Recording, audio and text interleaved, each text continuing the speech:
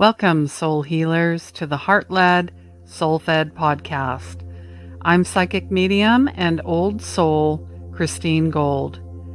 This is a safe space to explore all things mystical and magical, embodying practical spirituality, and truly reclaiming who we are at a soul level. Living this lifetime heart-led and soul-fed. Subscribe on your favorite way to podcast and let the healing begin.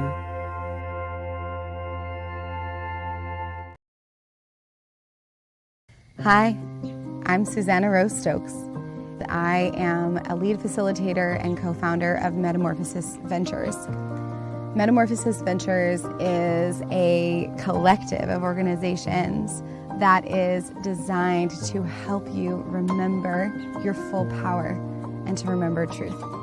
And ultimately, what our goal is to create spaces that allow you to fully open into everything that you are meant to be.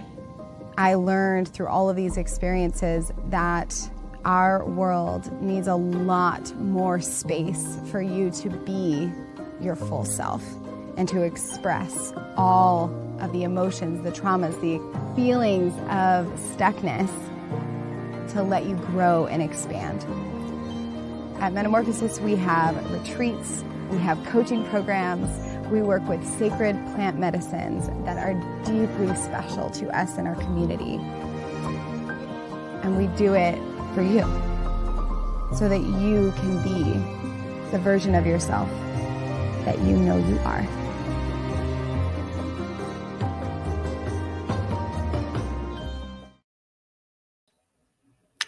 Hello, welcome, beautiful souls. Welcome to episode 277, season 5. And yes, that was just a little intro to our guest today, but I'd like you to do all those wonderful things. Let me know where you're tuning in from if this is your first time joining. If you're on the replay, say hello, let us know where you are in the world, and do all those wonderful things, share, tag, and comment. And yes, today is about metamorphosis, the 3 secrets to integrating your psychedelic transformation. And I'm going to welcome in our guest, Susannah Rose Stokes. Thank you so much for being here. Thank you for having me, Christine. It's really wonderful to be here with your beautiful audience. Thank you so much. So yeah, we did a little intro on, I guess that would be your dream. I call it like a Moby Dick, your big whale that's already happening, that retreat center. That's something that we have in common. So if you just want to introduce yourself just maybe a little bit more. I know you have Energy Priestess and you have all these other modalities, but there might be something that sparks something for someone else. Yeah. I started my life off as a Marine Corps officer, my career off as a Marine Corps officer. And after going to war, I had a spiritual awakening that led me into working with plant medicines, and very quickly realized that it was actually a modality that I worked with, in past lifetimes and this one. And through that spiritual awakening process and the integration of it, I, with 2 of my really beautiful, powerful sisters, founded Metamorphosis Ventures and House of Embodied Metamorphosis, which are organizations that are dedicated to transforming human experiences.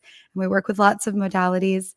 Plant medicine is one, energy, healing, and plenty of emotional and empathic empowerment as well, much like what you do. Wonderful. And I couldn't imagine what it would be like to be in the Marine Corps as a woman. I have never been one to choose the easier path. I am definitely here on a soul mission to really expand. And as in that journey, it requires going into some places that are really uncomfortable. So, but at the time, it was my dream. I knew I wanted to be in the Marine Corps since I was 4 years old, and watched my older brother graduate from boot camp. And I went to the Naval Academy, and a lot of this was around, the becoming the kind of leader that I expected my father wanted me to be. And he was the representation of sort of the culture around me. And then stepping into the Marine Corps, I confronted the sort of depths of patriarchal belief systems and things like that, and also came out with some of my dearest mentors and dearest friends and partners even. So it was both a blessing and a deep challenge, and I'm really grateful for that period of time in my life. Yeah, especially, well, being empathic as well, I'm sure. Maybe you want to speak to that a little bit. I mean, being in war and different culture. I mean, how did you manage that? Yeah, it's interesting because at the time, I don't think I knew that I was empathic. I didn't understand that about myself, and I'd created a lot of structures around my heart space. I'd call them walls, emotional Mm-hmm. walls that were really protecting me from from feeling hurt and feeling pain. And I was sort of the little badass that was like, I can do anything, and I can, take on any issue, and I can. And um, over time, when I was confronted with misogyny a few times, and to be honest, there were very few sort of open, direct misogynists in the Marine Corps. Most most of the guys are a little more subconscious about it, right? They don't know that they're being that way, but there are a few that I encountered that were really didn't like women in leadership roles, and that hit me pretty hard because I'd never experienced up until that point, I'd never really experienced targeted discrimination against me because of something I couldn't control, and Mm-hmm. and then I went to war, and was in Afghanistan, and was in a unit where the misogyny was just a little more like a boys' club. It was a little more unconscious, sort of exclusionary. And I realized that that's when I started to realize how sensitive I was. And that's also when I lost faith in God, and lost my faith almost entirely, and became pretty atheistic or agnostic, and completely disillusioned, and lost my sense of reality for a while. Two things jump out. I want to ask about your spiritual awakening. How did that? What was the? It's always the catalyst. There's something, either an NDE or abuse tends to be Mhm. up there as well. What was your spiritual awakening? What was that pivot point? I call it. Yeah. Yeah. Um, there definitely are so many ways that we can step into the awakening journey. Um, and it's a delight to see different people's versions of that. And mine was mostly facilitated by plant medicine as a result of probably lots and lots of trauma and abuse that led up to that. And then once I was kind of cracked open, there was no putting the egg back in the yolk back in the egg, right? Like it was just a cracking open. And my the primary medicine that did that for me was Bufo, which is 5-MeO DMT. And 5-MeO is known to be a very powerful medicine.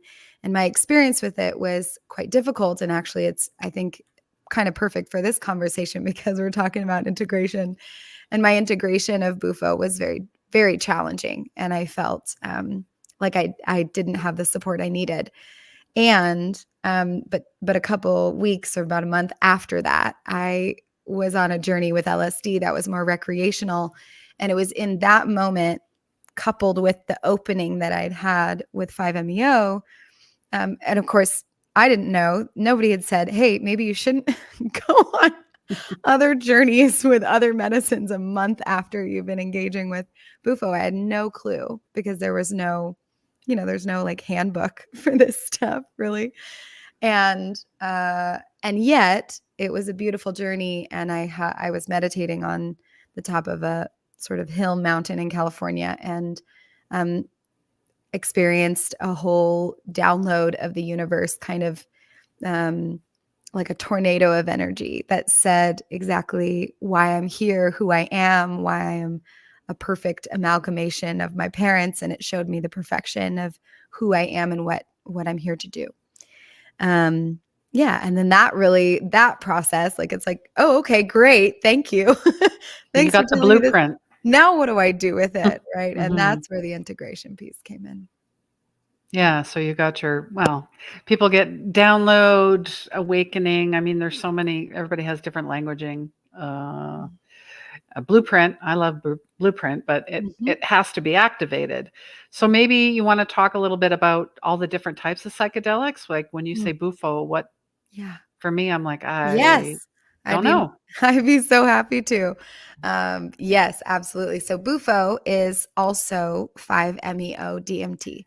And right now I couldn't tell you what the MEO part is, what the actual chemical compound is, but dimethyltryptamine is the DMT piece, and 5-MeO Bufo comes from toads.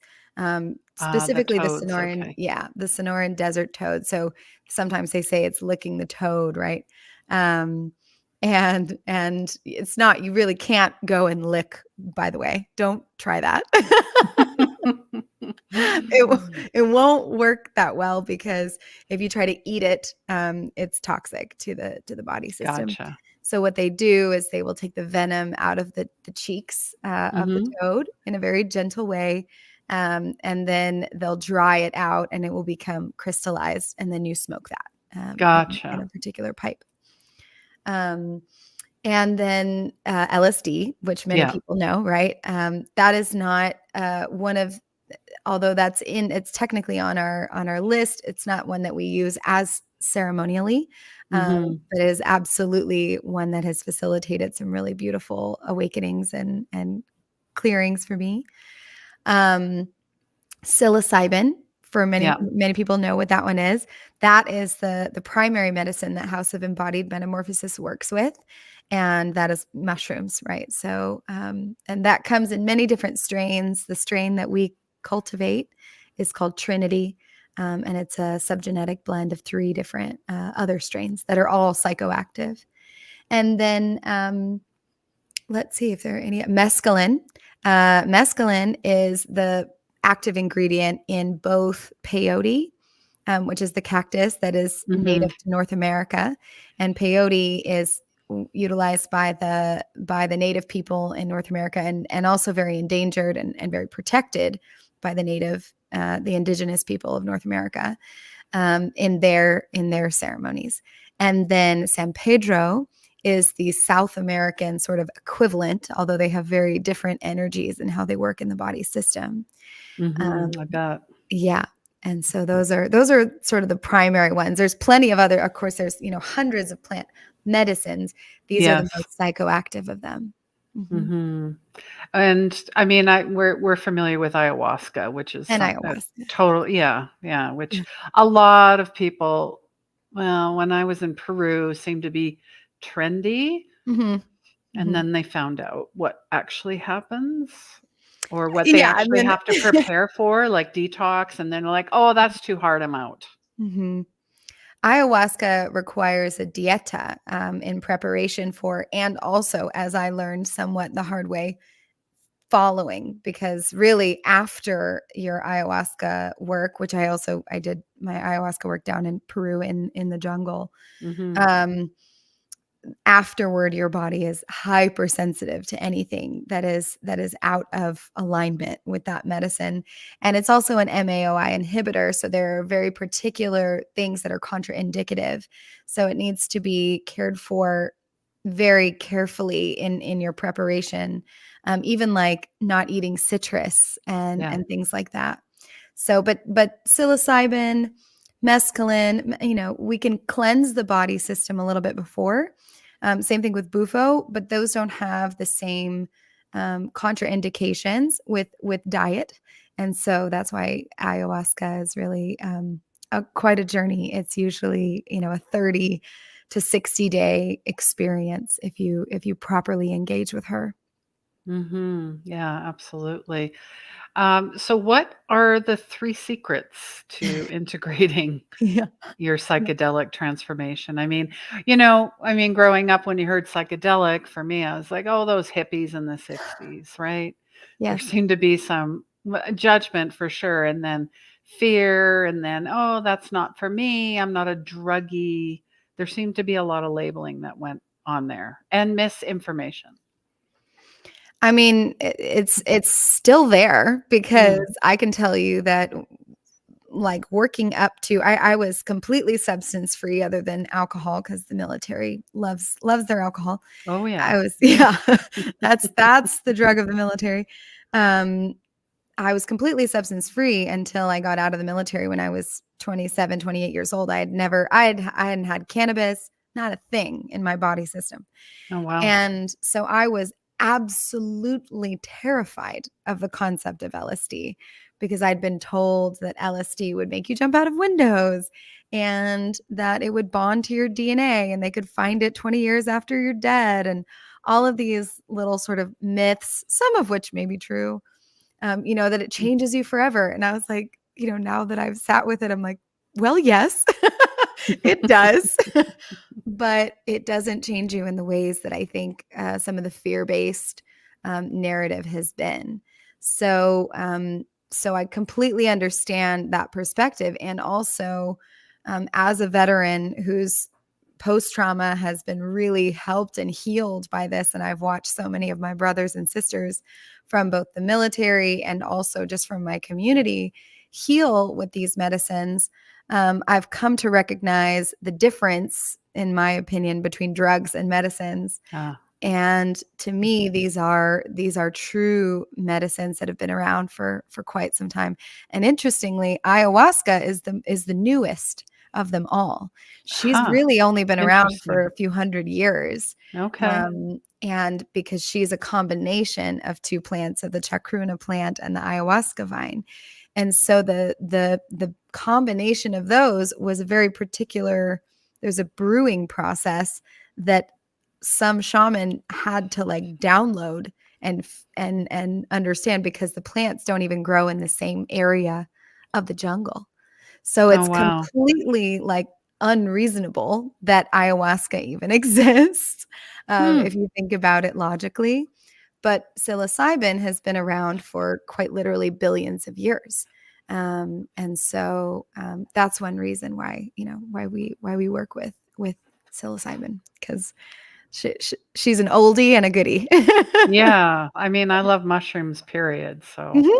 Yeah. being vegan, yeah. And my sister she's a little more versed, and we've had some mushroom tea, and I've tried some CBD. I tried THC, but I tried way too much. It was not a good experience. And my son laughed at me and he said, "Mom, you got to make sure you take the right amount, and you need to make sure you have someone with you." Oh, this is so powerful, and kudos to your son. He knows how to do it. And THC, I'll say two things about this. First is that THC in my world, and my body, especially as an empath, a highly sensitive being, THC is the most disorienting of all Yes, the medicines. I Um, would agree. I was a yeah. babbling fool up to all hours at night. I couldn't move. I felt heavy. It was so weird. Anyways, yeah. And I've had experiences like that with THC too. And so it's interesting because we get a lot of people who come to us and they'll have some fear around going into the journey. And I'll say, "Well, what's your experience with plant medicine?"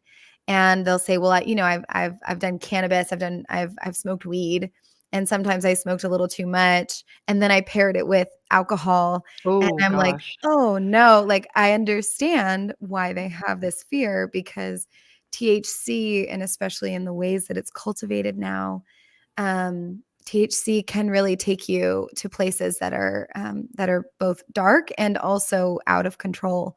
While psilocybin, I found, can also, there is the possibility of what people would call a bad trip. I think a bad trip is really just an incomplete trip. We can talk about that. That's funny. I like that.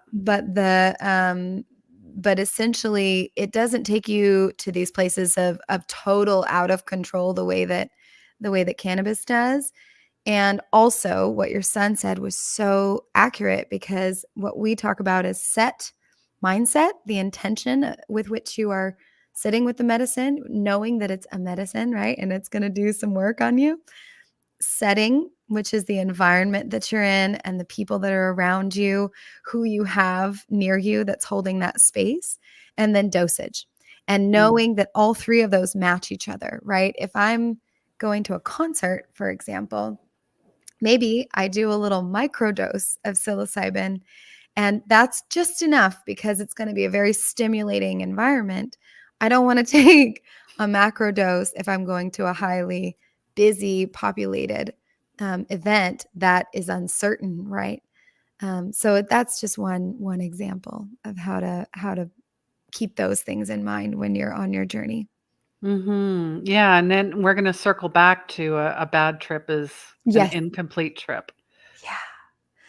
Yeah, this is such a big topic because there are lots of people who will say, well, what about a bad trip? And usually I ask, well, what's your definition of a bad trip? And they're like, well, I'm uncomfortable. I feel feelings that I don't like and they don't stop. I usually feel like I can't get out of it. I'm looping. And my experience as a facilitator is that we almost always go into some experience of that, but that experience gets to be temporary if you are in the right environment, if you have the right dosage, and you have the right facilitation, either tools or facilitator, to help you move through whatever that is. Because really, that's just a block that you're facing. We call it a gate in our work. So you get to the gate, the resistance gate, and you have all the resistance. You're like, I don't want to go there. I don't want to think about that. That's in the past. We're not going there. And so what happens is the medicine will loop you around until you face it. And if you don't face it before the medicine completes, like before it's over in your system, then the whole experience was just the medicine saying, this is what you need to look at. And our system saying, no, I don't want to do that. I don't want to look at that. I don't want to look at that. So it's really a result of resisting the potential healing that the medicine is trying to do. And when you sit with a facilitator, the chances are much higher that you'll have the right environment and dosage to get you into a place like that. And then you'll have the facilitator and the tools to move you completely through, so that on the other side, you feel that sense of, oh yeah, okay. Yeah, I did it.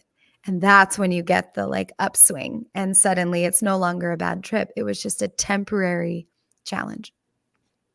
Yeah, I love that. And I had asked the community if anyone's ever done psychedelics, if they had questions. And we were just talking about cannabis. So, Brandy, you might want to go back and have a look. Yes, definitely. And that's one of my, well, she graduated, one of my students. But yeah, I feel it's really, like you just said, really important to have a supportive team and to help people go there, because I hear it a lot. I don't want to go there. So why do you think people don't want to go there? I mean, I think you and I probably have very similar experiences when someone's like, especially for those of us like you who holds that energy of transformation, right? And you're like, that's why I'm in your life, is to help you, help you move through this. And that's a very powerful energy to hold. And it can be really uncomfortable because most of us fear change. Change is programmed into our body as dangerous, as risky. And so most of us are still living in that survival realm, which is the physical body system. And in my world, the body keeps the score, right? So the body is just a memory bank for all the ways that we have done it. And those are the ways that are safe. And even though they may have been uncomfortable, I know that way won't kill me. So I'm going to do it that way. And I'm going to keep doing it that way until Christine comes into my life or Susannah comes into my life. And we say, you got to move out of this. You got to move out of this pattern. So that facing of the edge, I sometimes think of it like a trust fall off a cliff. Yeah. It feels that way. It feels like I'm standing at the back of a cliff or at the edge of a cliff, and I just have to fall and trust that either the facilitator or the universe or God or myself, something is going to catch me on the other side. And that's a really big decision to make.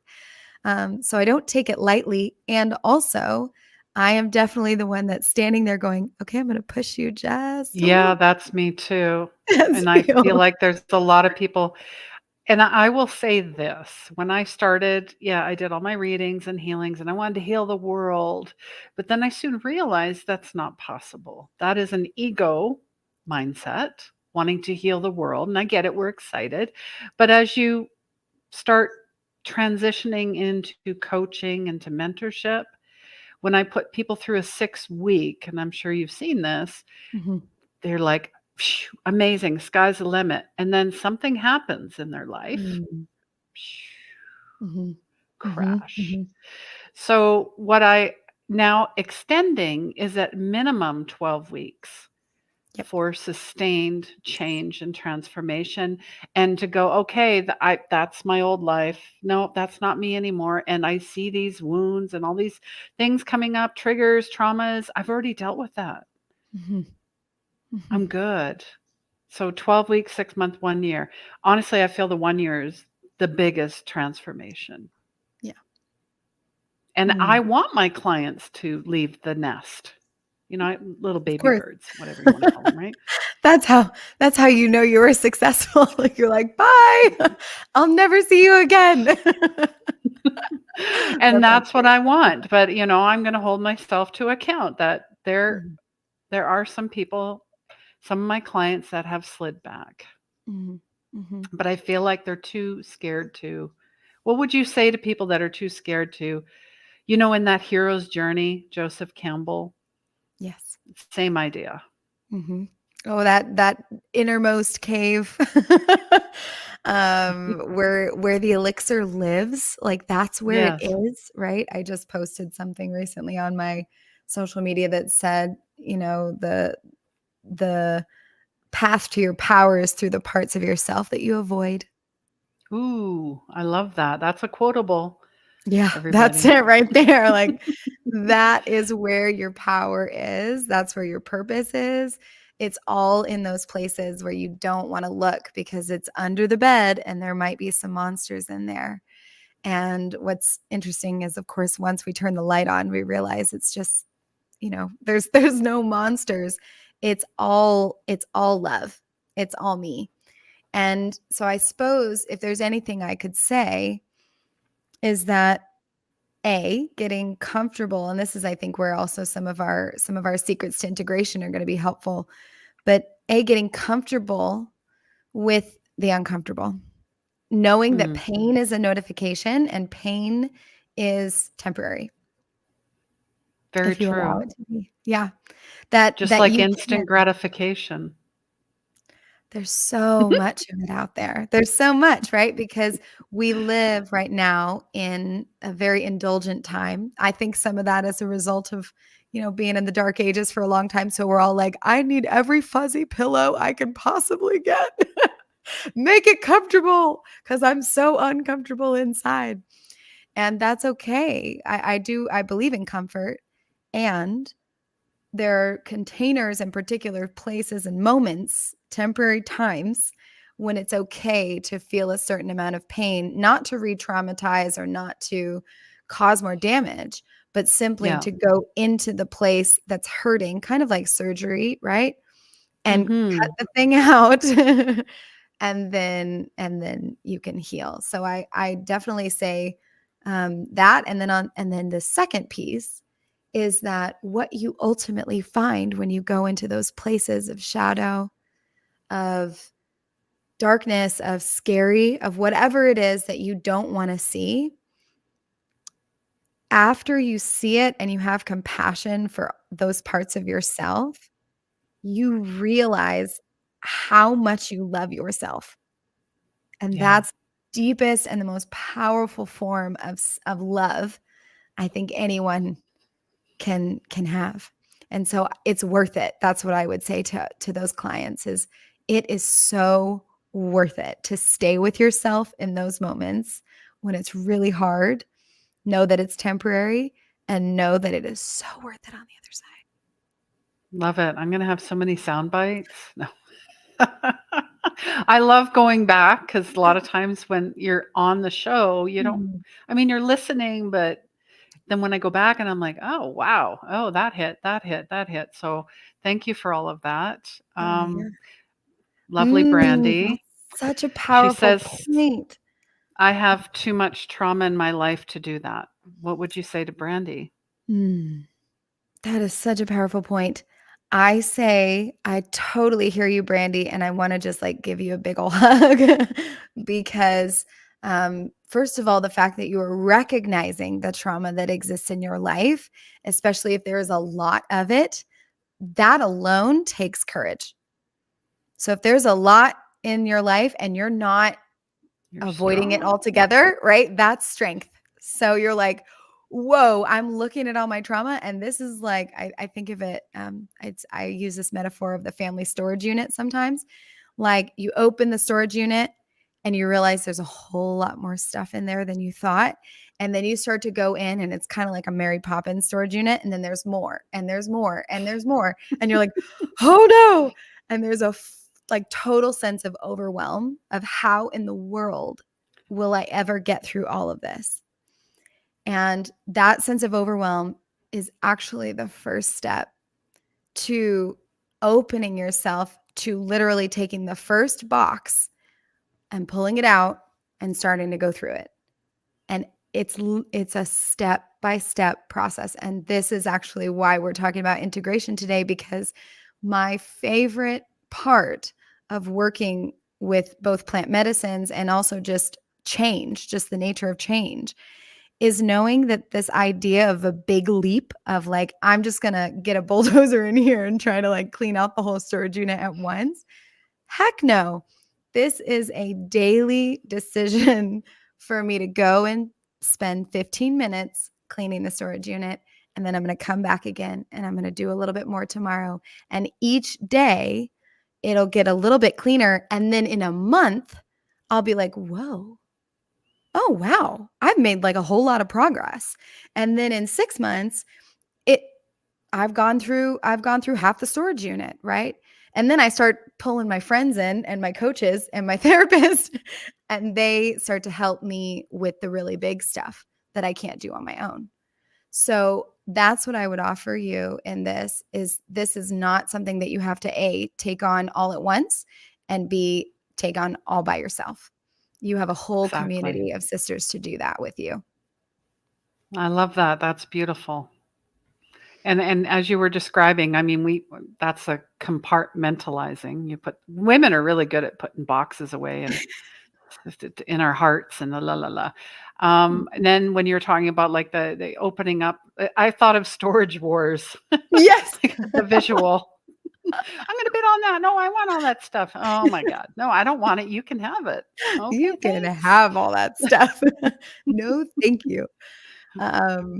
Yeah, and so And she's also talking about that she wants to help people with, and I believe this is sexual abuse. mhm.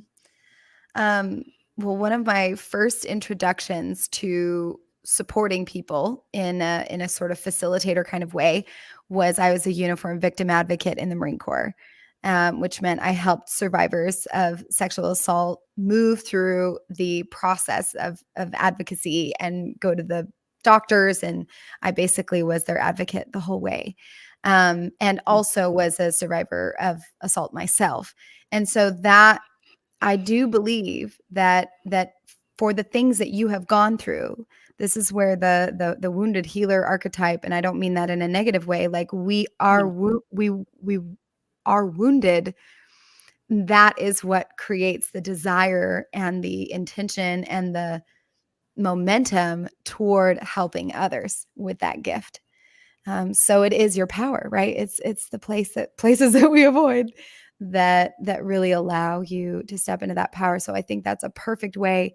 And the first step is to go through your own storage unit of stuff so that you know how to do that and you get a process for it and even a framework for it. And once you do that and you feel like you've gotten to a good place where you have like enough space in the storage unit, you can start bringing other people's stuff in. Then you should absolutely reach out and start to support others. That's lovely. She's quite engaged in this, Yeah. which I love. Yeah. I've been there. I've healed a lot just the last few years to heal. Okay. Congratulations. That's beautiful. And is there this conception that once we're healed, we're done? Yeah, I think that there are egoic attachments to the done. Yes. And I'm like, Thank you. Thank you. you're not done until you're dead, friend. Like, and even then, you're gonna have some other stuff probably in the next life. So depending upon how you believe about it, but yes, uh, we do have attachments to being done or complete. I personally believe in completion of certain cycles. Like if we enter into a lifetime with a particular karmic cycle that's got a certain frequency, a certain emotional experience, we can complete that cycle and then move on to the next layer of that. Um, but that doesn't mean that once you're done with that, you're just done. Done. Yeah. And I'm not So, implying on anyone. I see mm-mm. it online a lot. Why is this happening to me? Oh my God, I thought I was done dealing with this. Why does it keep coming? Like we love to do the why. Mhm, mhm. So it's not personal, honey. It's No, just come back around to see if you're like paying attention and going being, sucked into it, or you're going, "Oh, I see you. You're that old friend I used to have." Well, no longer. that's so funny. I just used that phrase with a woman that I Oh. talked to before this. She was talking about imposter syndrome, and she's like, "Yeah, and then imposter syndrome came up again." I was like, "Oh, girl." I was like, you're good friends with imposter syndrome." I was like, "That's an old y'all are old buddies." I And love that. I love the synchronicity of this it was perfect. conversation. I see this as a spiral. The path of enlightenment, right, is this spiral that we go through. And Yes, and it should be. It is up. If yeah, you find you're going this way, then you need to kind of recalibrate. definitely. But the Yeah. spiral goes back on itself, right? So I will be in quote unquote the same place, but vertically I'm up. So it's the same, maybe the same situation. It might be a karmic loop, but if I've progressed, like you said, then I'm now at a different layer. I can see the problem from a different vantage point. So I'm having a whole different experience of the same thing that happened before. And those little moments can, if you allow them, I think give you a lot of confidence in your process and your progress. Absolutely. And then, well, this is interesting because I'm almost completed my certification as a coach. So Congratulations. my big thing is I went to see therapists for years and never got anywhere. Yeah. And then Mhm. Brandy's talking about how her therapist doesn't believe me. Mm, mm, yeah. What would be your advice to that? If you get the sense that your therapist or the person that's working with you doesn't believe you, then I don't foresee there being forward movement in a trusting relationship there.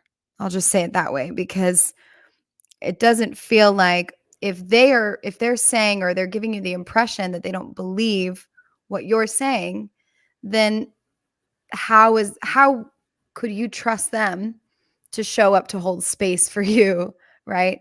That doesn't necessarily mean that they're wrong or right or anything. It's just that relationship is no longer trusting, because to me, a therapist or anyone who's here to help you needs to be in belief that whatever you're experiencing. That's your truth. That's your Yeah. experience. That's what you're going through.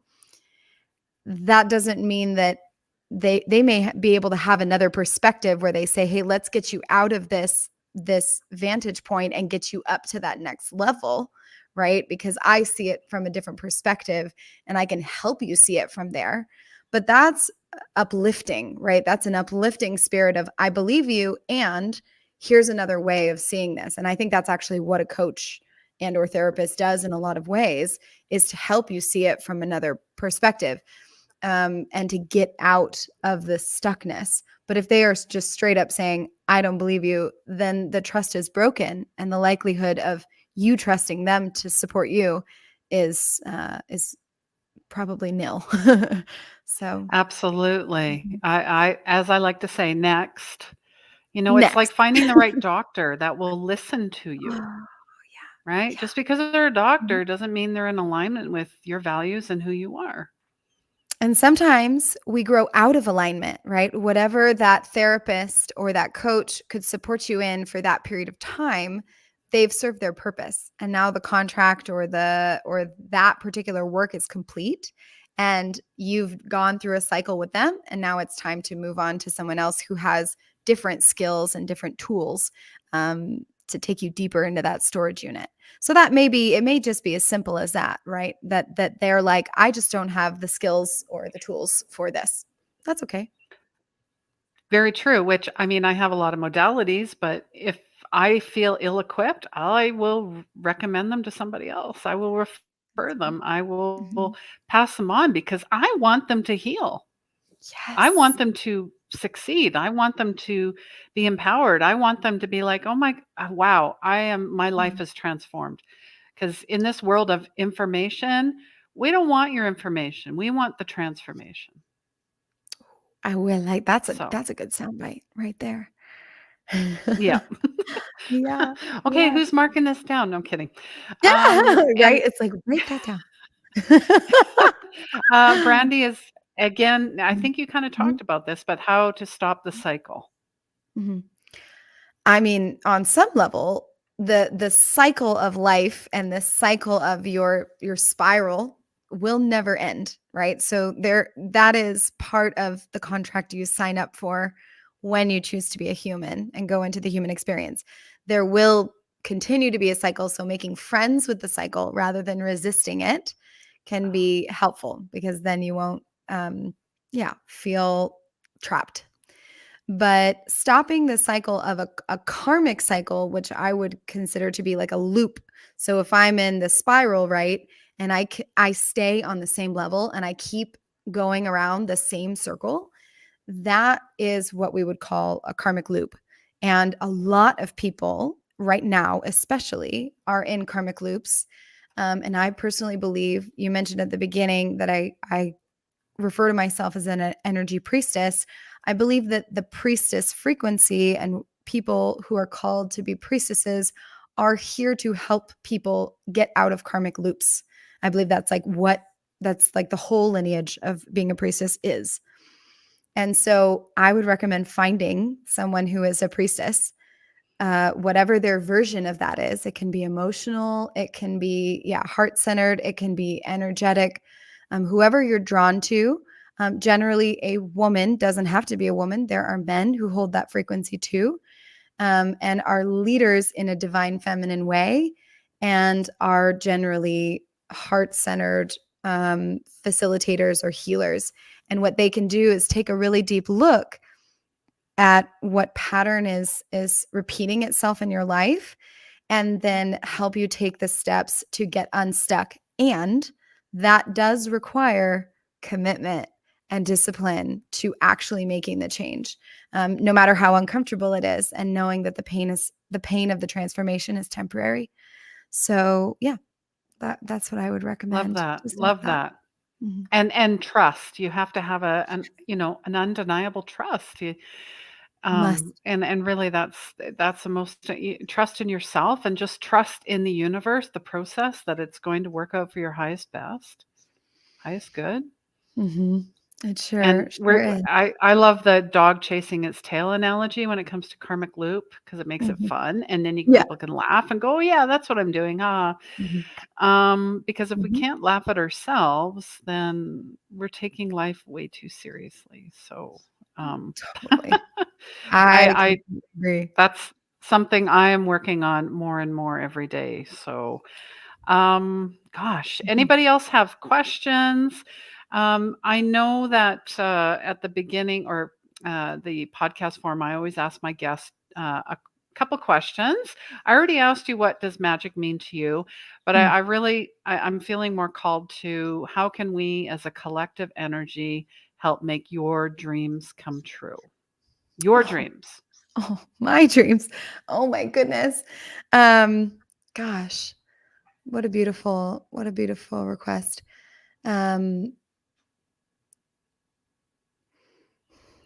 Ever since I was a little girl, um, I I would make my birthday wish world tolerance.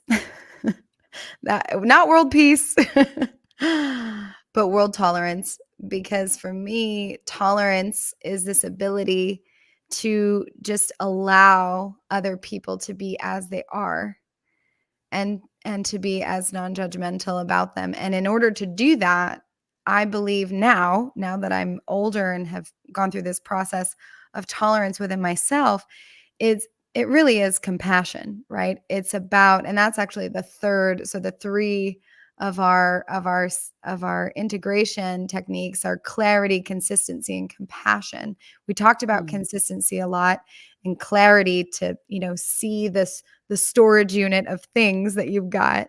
But the compassion piece is um, is having compassion for all of those parts of yourself that you don't want to see or seem icky or nasty or mean or manipulative, or whatever parts of yourself that you think are wrong. They are not. And the more mhm, you can do that for yourself, the more, if I end up in your world, or if I meet you on the street, or if we end up, in line at the coffee shop, the more I know that you'll be tolerant of me when I'm in front of you too, because you've given tolerance and compassion to those parts of yourself, and grace. So that really is like, that's our last, that's the final integration technique, and it's a daily practice. So that would make my dreams come true, my little girl dreams, no joke.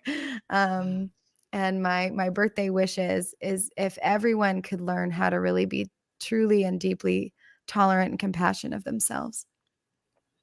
oh, Sounds that's easy, but beautiful. it's true. Thank you for sharing that. And you've got kind of like a rainbow prism I going know, on in your I know. screen. I love that. I know Of the course, light just I hit it. notice light shots all the time. So, wow. I Mm. mean, we are light, right? As we wrap up, is there anything else you would like to share with us or Mhm. anyone else that's listening, or if they'd like to Mm. work with you, anything like that? Yeah, absolutely. Um, so Metamorphosis Ventures is our coaching organization that houses all of our for-profit coaching work. And we have facilitators that we train in-house to help facilitate your integration process, basically. Oh, this light is so bright. I love that. um, and then House of Embodied Metamorphosis is our ministry.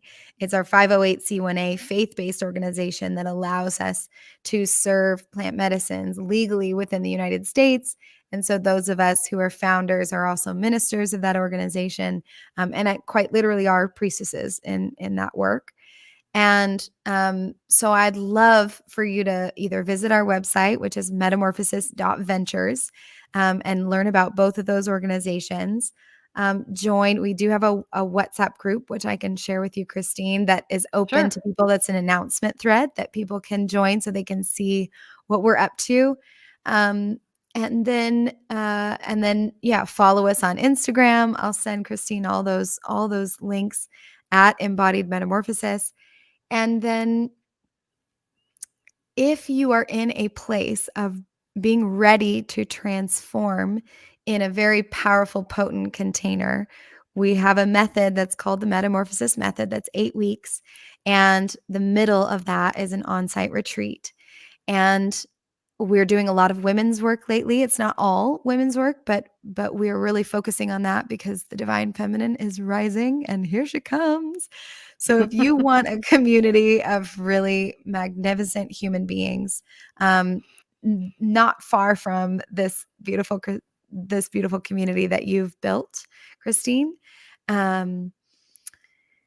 we're here. We're here for you, and we would love to have you at any one of our sessions at any time. And you're Perfect. also And welcome. you're Yeah, sorry, go ahead. you're also welcome. I sometimes just give my personal email because if someone has a question, I want them to ask, directly. And so my personal email is Susannah at metamorphosis.ventures. Yeah. Perfect. And I have Mhm. most of those links in the description as well. But if anybody can't find it, or just ask in the comments, we won't leave you hanging. All right. Well, thank you so much. And you're in, did you say North Carolina? Yes, I am in the Blue Yes. Ridge Okay. Mountains right outside of Wow. Asheville right now, and it is a gorgeous, gorgeous sunset kind of time right at the moment. It's Perfect. really nice. Perfect. Oh, lovely, lovely. Well, Mhm. thank you so much for being here. I appreciate you. And everyone, just a little bit of housekeeping. If you would like to join our Soul Healers community, this is online. And yes, my Moby Dick big whale of a dream is our Soul Healers Retreat Center, which is coming. You'd like to join our 1-year mentorship and private community as well. There is the Dark Night to Light. That's your 12 weeks to transformation. This one comes up quite a bit as well. Empath and narcissist, heal the power struggle forever, because really that's what that is. I also do March energy updates. You have to join my YouTube channel for that. And I just did this video on 5 tips to becoming bully proof. And I've had so many comments and feedback. I'm blown away. I'm just blown away, you guys. As well, if you're wanting to take my free empath course or a quiz, my free empath empowerment quiz, you can scan the QR code right there. Take your phone, take a picture. If you need the link, it'll be in the links below. But I want to thank everyone for being here. I want to thank Susannah Rose as well. Beautiful soul. I learned a ton. I'm definitely going to go down the psychedelic route, because that's where I'm being called for my evolution. For, just because I coach people and heal people does not mean I don't have things that I need to work on, clearly, right? I am always open about that. So thank you so much for being here. I'm sending you all lots of love. Take care of yourself.